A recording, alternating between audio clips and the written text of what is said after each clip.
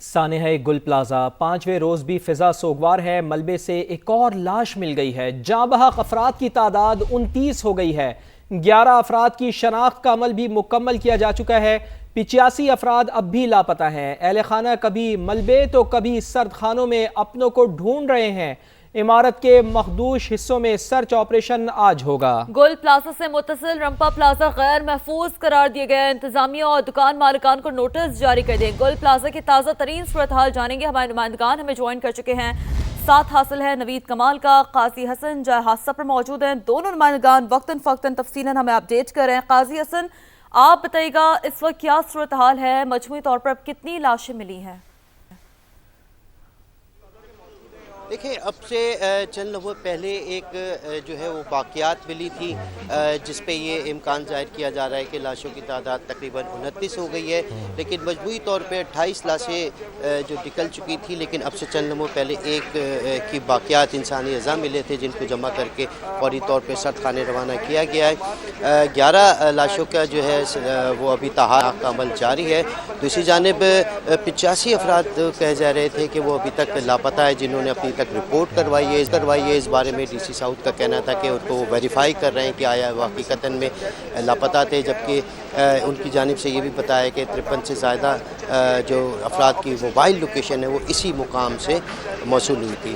دوسری جانب rescue operation کا عمل جو ہے وہ آج 5ویں روز بھی جاری ہے، اور آج جو بتایا یہ جا رہا ہے کہ اندر جائیں گے ریسکیو اہلکار، اس بلڈنگ کے اندر، اس عمارت کے اندر جائیں گے اور وہ سرچ آپریشن کریں گے اور کوشش کریں گے کہ کم سے کم وقت میں جو انسانی اگر کوئی ممکن ہو سکا تو وہ اس کو زندہ نکالنے کی کوشش کریں گے۔ ابھی بھاری مشینری یہاں پہنچ چکی ہے اور ملبہ اٹھانے کا کام بھی تیزی سے جاری ہے۔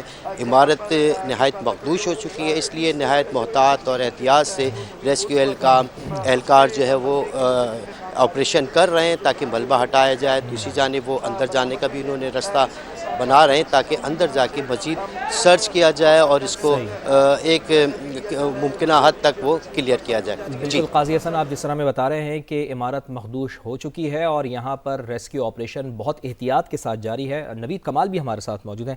نوید، آپ بھی بتائیے گا کہ جو سرچ آپریشن ہے یقیناً اس میں مشکلات کا بھی سامنا کرنا پڑ رہا ہوگا، کیسی مشکلات پیش آ رہی ہیں ریسکیو اہلکاروں کو یہاں؟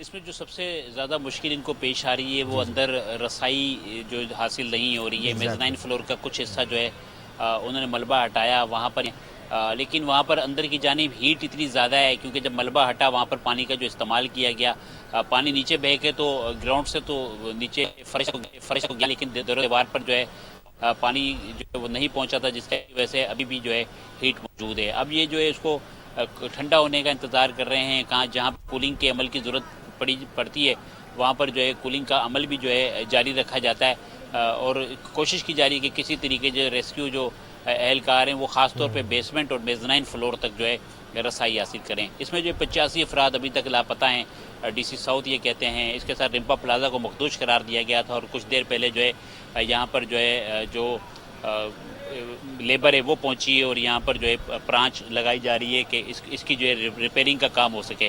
میں عمران سے کہوں گا رمپا پلازا کو ایک دفعہ دکھائیں کہ اس کا جو ہے پلر جو ہے بالکل مخدوش ہو گیا تھا اور اب جو ہے یہاں پر سامان لایا گیا اور اس کو جو ہے کوشش کی جا رہی ہے کہ اس کی ریپیئرنگ جو ہے کی جائے تاکہ جو اس کو مخدوش قرار دیا گیا ہے ایس بی سی اے کی اس فہرست سے اس کو نکالا جا سکے۔ اس کو سیل کر دیا گیا ہے، مزدور یہاں پر موجود ہیں اور جو ہے برانچ کا جو ہے وہ انتظام کیا جا رہا ہے۔ جی ٹھیک ہے، یعنی رمپا پلازا کو بھی سیل کر دیا گیا ہے تاکہ کوئی خدا نخواستہ دوسرا ناخوشگوار واقعہ پیش نہ آ سکے۔ قاضی حسن ہمارے نمائندے گل پلازا سے آگاہ کر رہے تھے، نوید کمال بھی ان کا ساتھ دے رہے تھے۔ بہت بہت شکریہ، آپ دونوں سے اپڈیٹ لیتے رہیں گے۔ سانحہ گل پلازا 20 سال کے لاپتہ ابرار کی والدہ شدت غم سے نڈھال ہیں، کہتی ہیں انہیں پیسہ نہیں صرف بیٹا چاہیے۔ پلازا میں کام کرنے والے ابرار کے بھائی اور کزن نے بھی آنکھوں دیکھا حال سنایا۔ جب میں باہر نکلا مارکیٹ سے فل آگ لگی ہوئی تھی، اوپر بہت دھواں ہو رہا تھا۔ میں باہر آیا، پھر میں نے اپنے بھائی کو ڈھونڈی، میں ڈھونڈتا مسجد تک گیا۔ مسجد میں بہت سارے لڑکے گئے اندر، بولے ہم جائیں گے، ہم نکال کے لائیں گے بندے۔ ریسکیو ٹیم کوئی بھی نہیں آئی، 2 گھنٹے تک کوئی بھی نہیں تھا وہاں گئے تو اتنا اسموک تھا، پھر ہم واپسی باہر آ گئے مسجد سے۔